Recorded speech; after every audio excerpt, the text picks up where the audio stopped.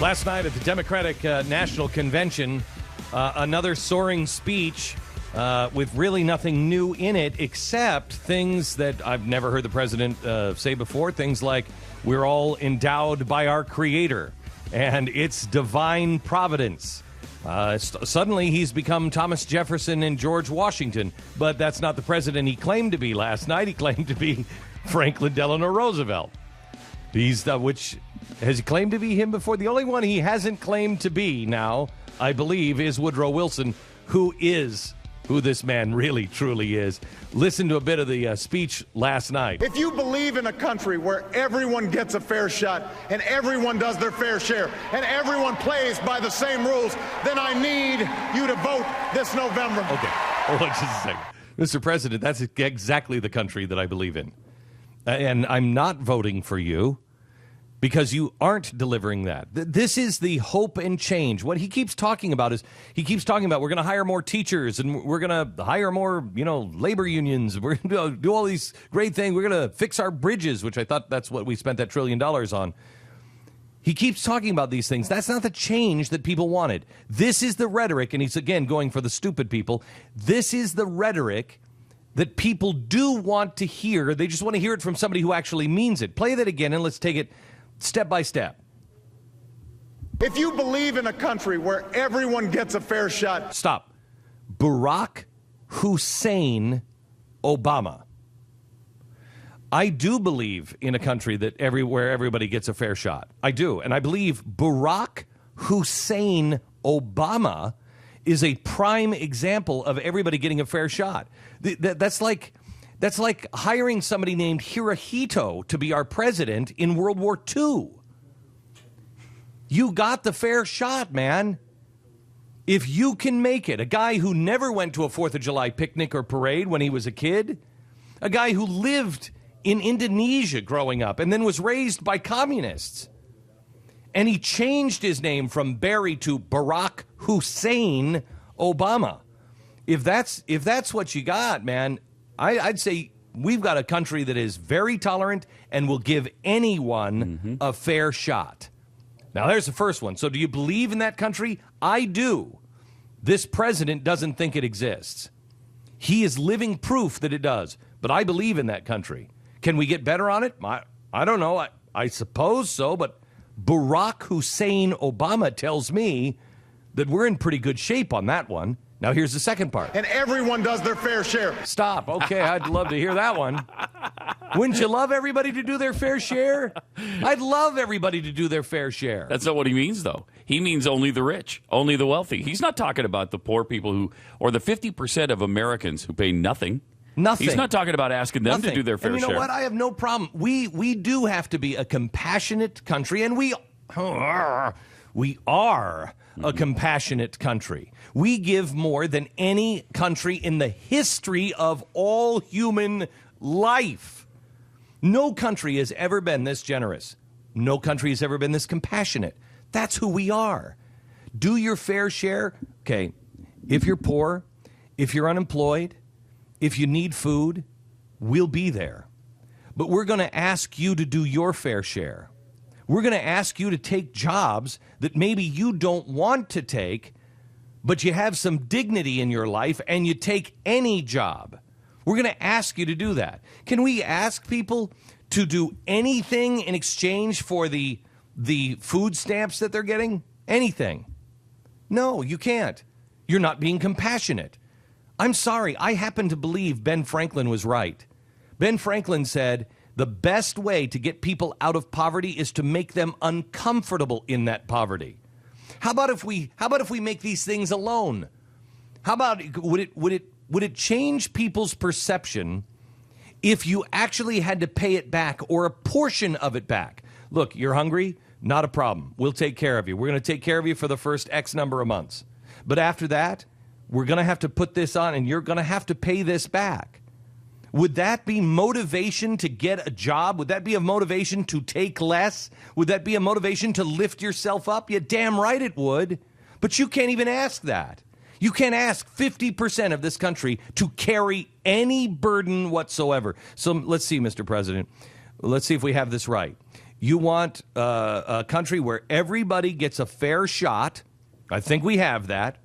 And everybody pulls their fair share. I'd like that one too, Mr. President.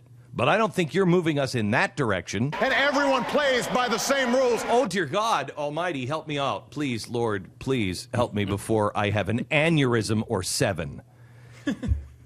Everybody plays by the same rules? Boy, would I like that, Mr. President.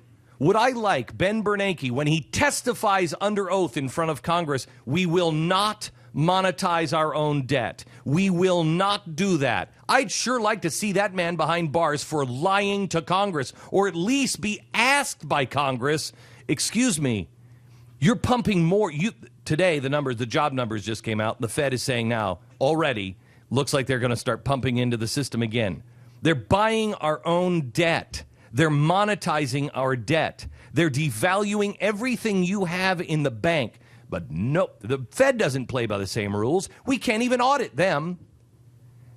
How about the guy you have running the Treasury? He falsified his tax documents. What do you say he plays by the same rules? How about the banks? Can the banks fail? Because I know in my business, it's me. I'm the one funding this. I'm the one doing it. Good. I accept that. And if I fail, I accept that. I'm not going to get a bailout. Are you going to get a bailout in your business? You run a gas station. You run a decent-sized corporation. You're a real estate agent. You're a door-to-door salesman. Anybody coming to bail you out and saying that you're too small to fail? Boy, I would love everybody to play by the same rules. How about we let the labor unions play by the same rules? I can't force anybody to do anything. They can force me to be in their union? Excuse me? You can force Boeing? You can actually say to a company, I'm sorry, you can't do this unless you unionize. Excuse me? Boy, I'd love everybody to play by the same rules. I'd love everybody to actually try to stick to that rule book called the Constitution. Then I need you to vote this November. And here it is, Mr. President. You need us to vote. If you believe in that America, he needs you to vote in November.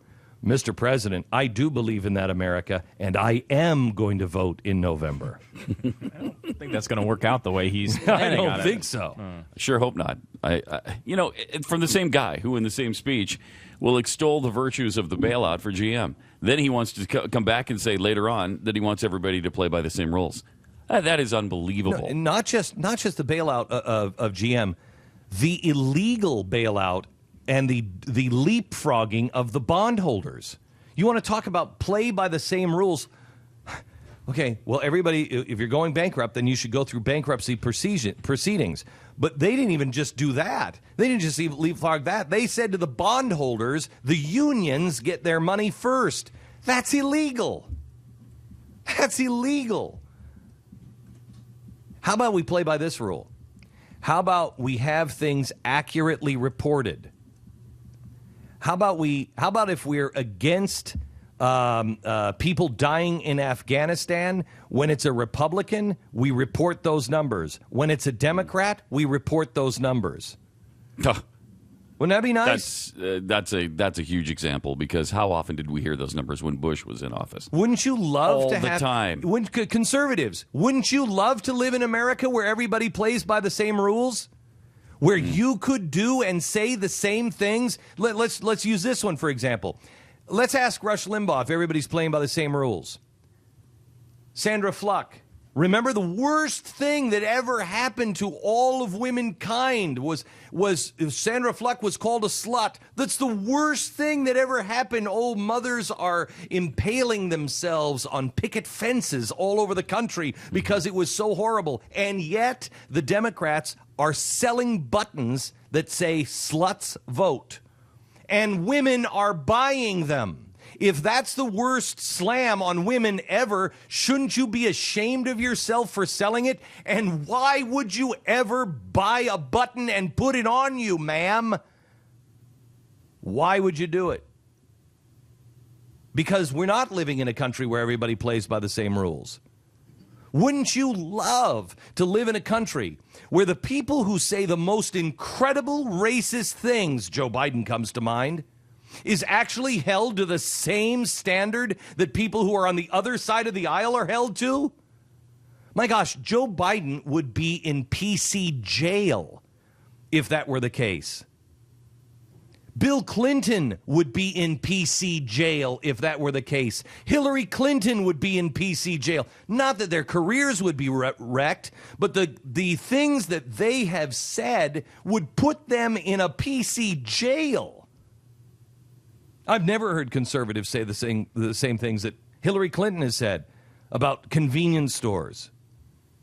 What Joe Biden has said about, he's a clean white dude. What Bill Clinton has said. I've never seen any conservative even get close to that line. Have you?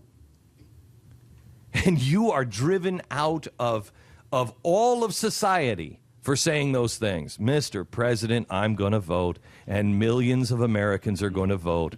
We're going to line up early. We're going to stay late. We're going to drive our neighbors to the polls. We're going to do everything we can because, oh, do I believe in an America where everybody has to play by the same rules. I believe in America that everybody pays their fair share. I believe in America. An America that you, sir, are the shining example of, that anyone can make it, everybody gets a fair shot. So, Mr. President, you don't have to ask me to go out and vote.